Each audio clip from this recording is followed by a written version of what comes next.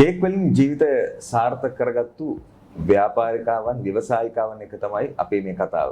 අපි උත්සාහ කරන්නේත් හැමතිස්සෙම අලුත් දෙයක් කරලා ජීවිතේ දිනන්න උත්සාහ කරන තරුණියන් දිරිගන්වන්න සහ ඔවුන්ව අගය කරන්න. අපි අදත් ඒ වගේ තරුණියක් හැඳෝගෙන ආවා. අයිබෝන්. අයිබෝන්. නම කියන්නේ සම්පූර්ණ. චතු ජයසූරිය. ගම කහවත්ත. ඉගෙන ගත්තේ? ඉගෙන ගත්තේ ගොඩකවල. ඊට පස්සේ ඉස්සෙල්ලාම ඉගෙන ගත්තේ මම බලංගොඩ. බලංගොඩින් ඊට පස්සේ මම වැඩිදුර අධ්‍යාපනයට ගොඩකවලට ආවා. ඊට පස්සේ මම ඇත්තටම මේ දැන් අර අධ්‍යාපනයෙන් ඉස්සරහට යන්න ඕනේ. ඊට පස්සේ A level වලින් පස්සේ එක්ස්ටර්නල් ඩිග්‍රී එකක් කරන්න පටන් ගත්තා ජයවර්ධනපුර විශ්වවිද්‍යාලයේ. ඊට පස්සේ අර ඒක කරද්දිත් මට නිකන් ඒක අර ඒක නෙමෙයි වගේ තේරුණා. ඒක නෙමෙයි වගේ තේරුණා. ඊට පස්සේ මම ඒක නවත්තලා බියුටි කල්චර් කෝස් එකක් කරා. ඒකත් NVQ මට්ටමටම කරගත්තා. ඊට පස්සේ මට ඒකත් නිකන් ඒකත් නෙමෙයි වගේ. ඒකත් අතෑරලා ඊට පස්සේ ටිකක් කල් ඉඳලා. ඊට පස්සේ මම කහවත්තේ දැනට ඉන්නේ. කහවත්තේ අපේ ඒ කියන්නේ අපේ රටේ ප්‍රසිද්ධ ඒ කියන්නේ ප්‍රසිද්ධ ඇඟලුම් ආයතනයක වැඩට ගියා. අවුරුදු 9ක් ඒකේ ප්ලෑනින් ඩිපාර්ට්මන්ට් එකේ වැඩ කරේ. හොඳ ජොබ් එකක් ඒක. සාමාන්‍යයෙන් මම හිතාගෙන ඉඳී කවදා හරි දවසක මම ලැප්ටොප් එකකින් ජොබ් එකක් කරනවා කියන එක. ඉතින් ඒ වගේ ජොබ් එකක් මට හම්බ වුණා. හොඳට මම මේ ජොබ් එක කරගෙන ඉඳලා අවුරුදු 9ක්. ඊට පස්සේ ඒක කරගෙන යද්දී අපේ රටේ ආර්ථිකය වැටෙන්න පටන් ගත්තා. ඊට පස්සේ අපිට නිකම් පොඩියට ආරංචියක් වගේ ආවා මෙහෙමයි කම්පැනි වහනවා කියලා. ඊට පස්සේ ඒක වුණා.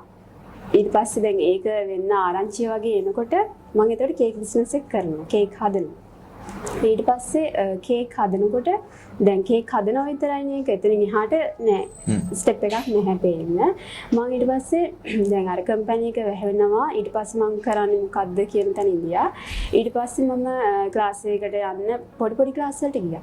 ඉගෙන ගන්නවා. එහෙම ක්ලාස් මම ඔන්ලයින් තිබ්බ කේක් ක්ලාස් වලට ගියා. සක්සස් නැහැ. සමහර ඒවා හොඳයි සාර්ථකයි. ඊට පස්සේ මම මේ බැලුවේ වෙන ක්ලාස් එකක්. හොඳ ක්ලාස් එකක් හෙව්වේ. ඊට පස්සේ ලක්ෂ්මී මිස්ගේ කලින් 2022 ග්‍රැජුවේෂන් එක මම දැක්කා. ඒකත් එක්ක මම ඒ ක්ලාස් එකට ගියා. ඒකෙදි මම ඩිප්ලෝමා එක තමයි කරන්න හිතුවේ. මුලින්ම ඩිප්ලෝමා එක කරන්න ගිහිල්ලා මිස්ට කිව්වා මෙහෙම දැන් මිස් ඉස්තරේ ඇහුවා. මොනවද දැන් කරන්නේ දැනට කේක් කරනවද එහෙම ඇහුවාම මම කිව්වා මිස් මෙහෙමයි කම්පැනි එකක වැඩ කරනවා. ඒක වැහෙන්න වගේ යන්නේ. මම ඒ නිසා දැනට පොඩි කෝස් එකක් කරන්නම් කියලා. එතකොට මිස් කිව්වා ඔයාගේ කම්පැනි එක වැහෙනවා නම් ඔයා ඉස්සරහට මොකද්ද කරන්නේ? ඒ නිසා දැන් අර ඔයා මේ කෝස් එක කරලා ඔයාගේ ආර්ථිකය ශක්තිමත් කරගන්නවාට මදි.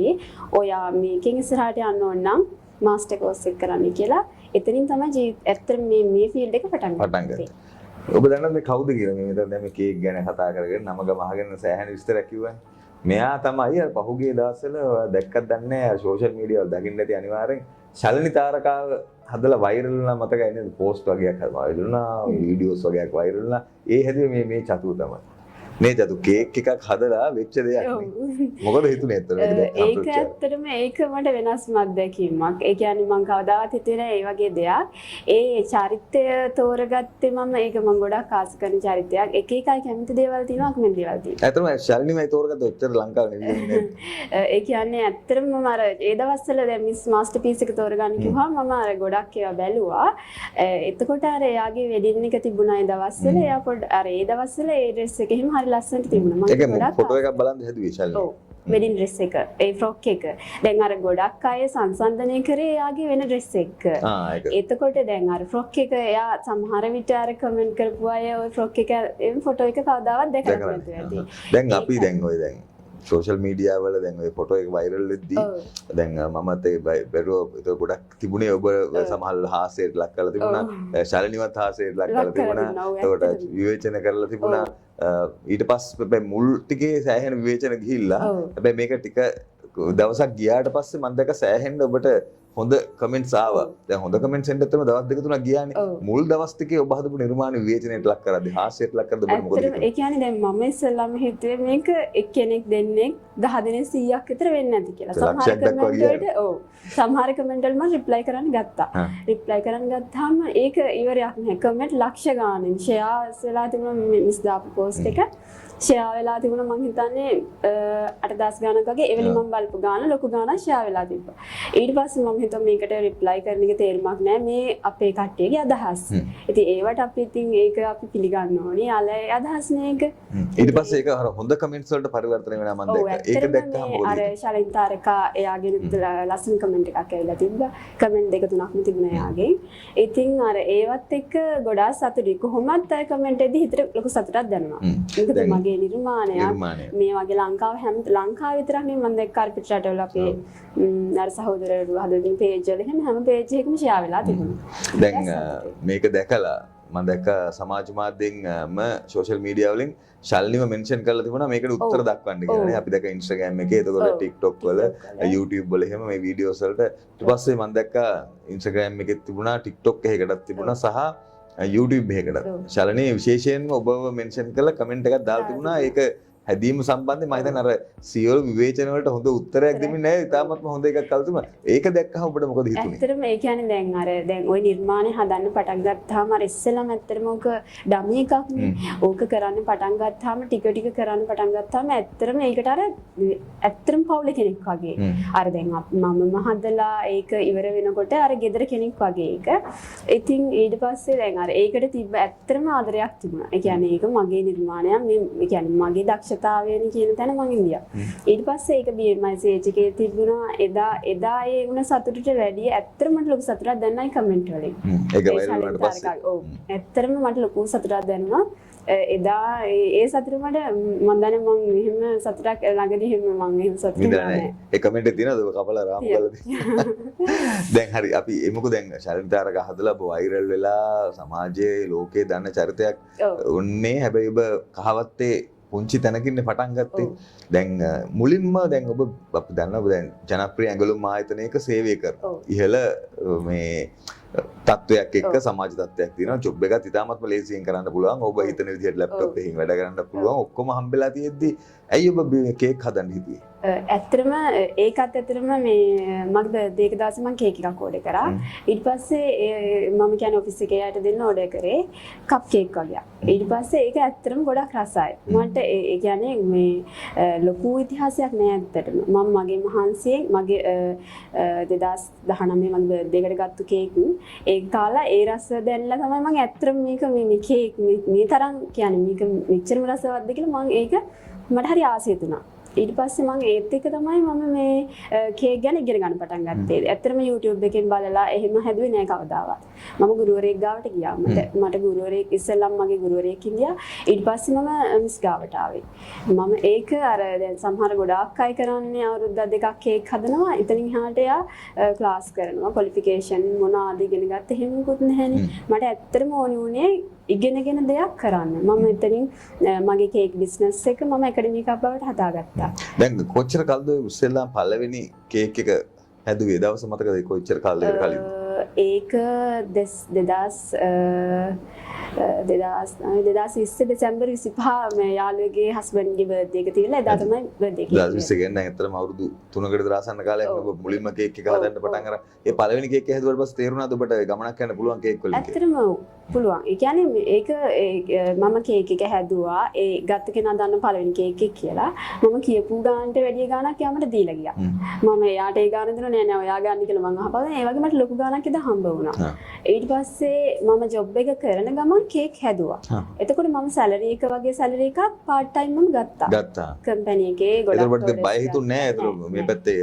මම ජොබ් එක බැලන්ස් කරගෙන මම ඒකත් එක්ක මේ සැලරි එක වගේ සැලරි එකක් ගත්තා කේක් බිස්නස්. කොහොමද වෙලා හොයාගත්තේ දැන් ජොබ් එක? ඇත්තටම ඒක කැපකිරීම තමයි.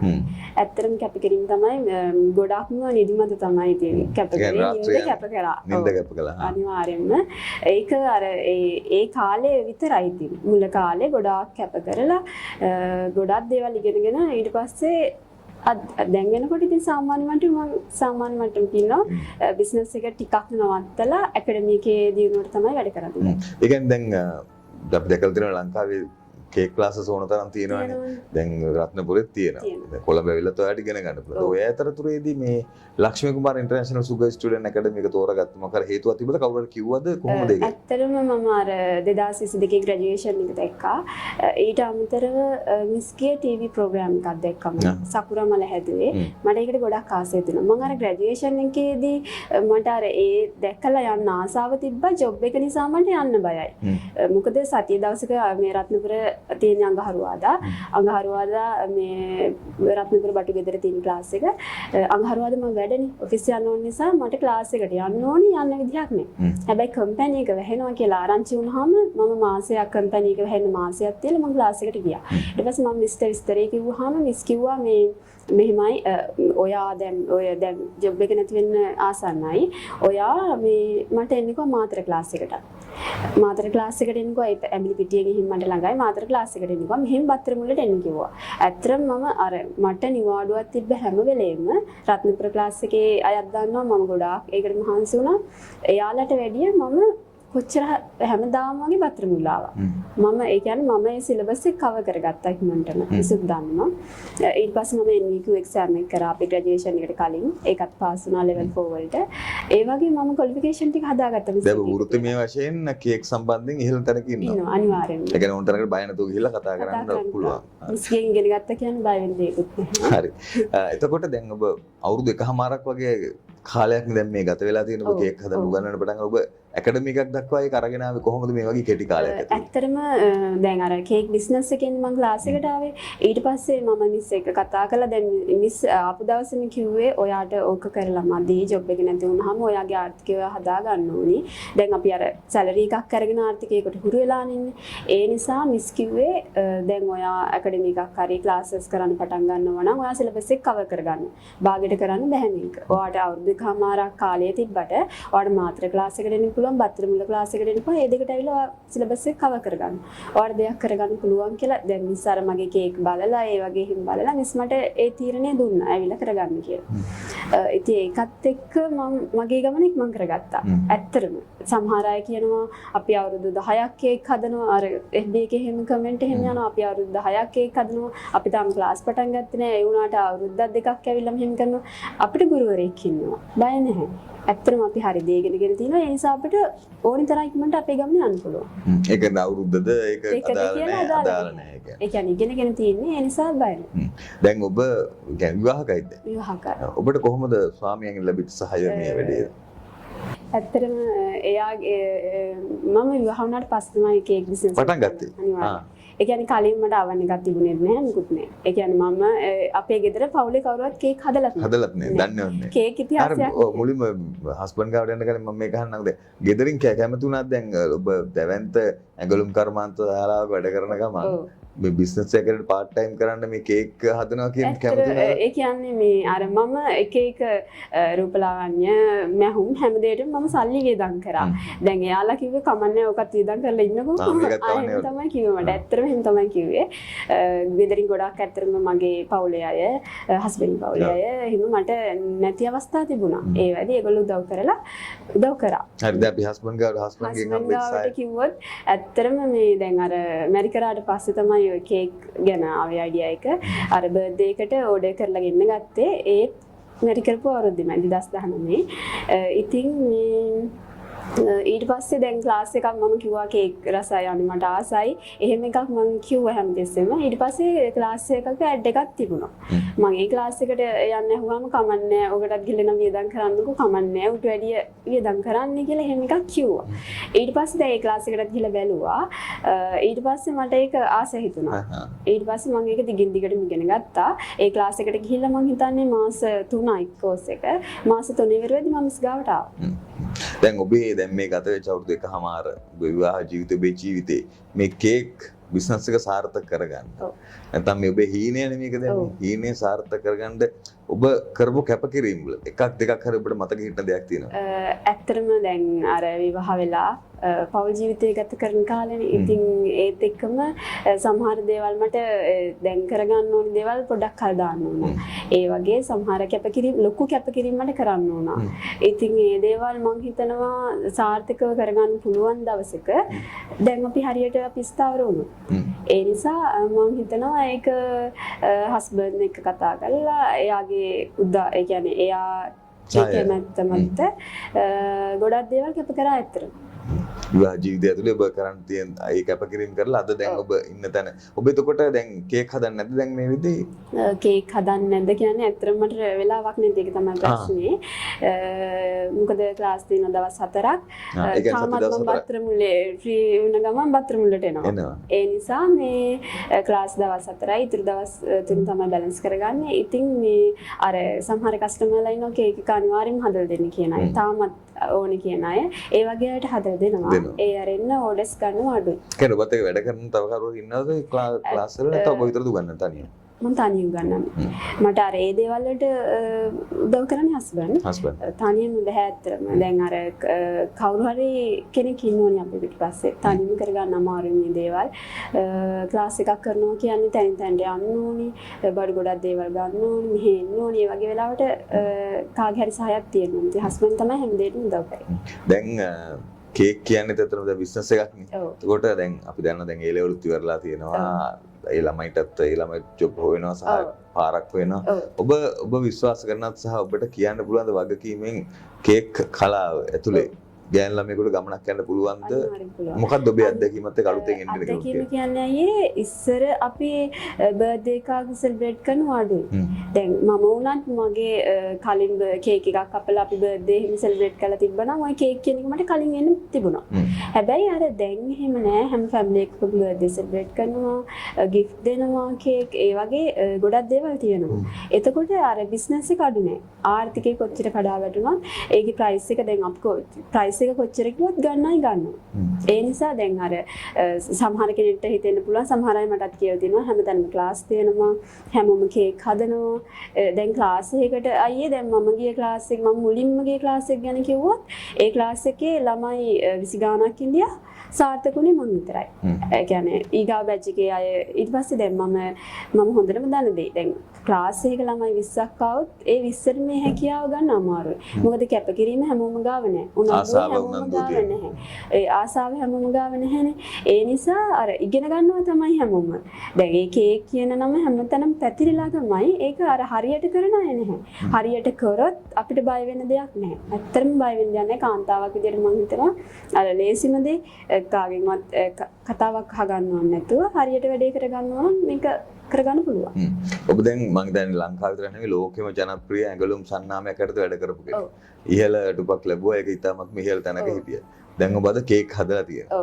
ඔබට මේ ජොබ් එක නැති වෙච්ච එක ඔබ දැන් දෛවීය ආශිර්වාදයක් හැටියට ඔබ සලකන්නේ. එතනින් ඒ වෙච්ච ටර්නින් පොයින්ට් එක නැත්නම් ජීවිතේ කඩා වැටීම නැත්නම් ලොකු ජොබ් එකක් නැති වෙනවා කියන්නේ එතනින් ඒ කඩා වැටිච්ච දේ නැත්නම් එතනින් ඒ ඇති වෙච්ච ඒ පසුබෑම ඒකත් දරාගෙන කොහොමද කේක් බිස්නස් එකක් දක්වා අද මෙතෙන්ට ගේන්න ඔබට ආපු ගමන ගැන අද දැන් මේ ඔබ මේ ආයතනයට ඇවිල්ලා ඔබ නිකන් ඔබට හරිය තැනට ආවා වගේ හැඟීමක් තියෙන්නේ එතෙන්ට ඇවිල්ලා ඔබ මේ පුටුවක ඉඳගෙන YouTube එකේ කතා කරනවා ඔබට මොකද මේ කඩා වැටිච්ච තැන එතන බිඳ වැටිච්ච දේවල් ඔබ කරපු කැපකිරීම එක අද චතු කේක් ඇකඩමි එකද ඔබේ නම කේක්ලන් ඇකඩමි කේක්ලන් ඇකඩමි ඒක දැන් අද ඇකඩමි ඔබට පේන්න තියෙනවා ළමයි එනවා යනවා ඒ සතුට තියෙනවා අවසාන වශයෙන් ඔබට මොකද්ද කියන්නේ ඇත්තටම දැන් මම ජොබ් එකකින් ඉස්සරහට යන්න තමයි එතකොටත් මම කැම්පස් ඩිග්‍රී එකක් කර ඉන්නේ ඊට පස්සේ මම ඒක ලොකු මුදලක ඩිග්‍රී එකක් ඒකත් මට මේ නවත්තන්න උනා මොකද කහවත්තේ ආයතනයට මම ගියේ මට කහවත්තෙන් පිට දුර යන්න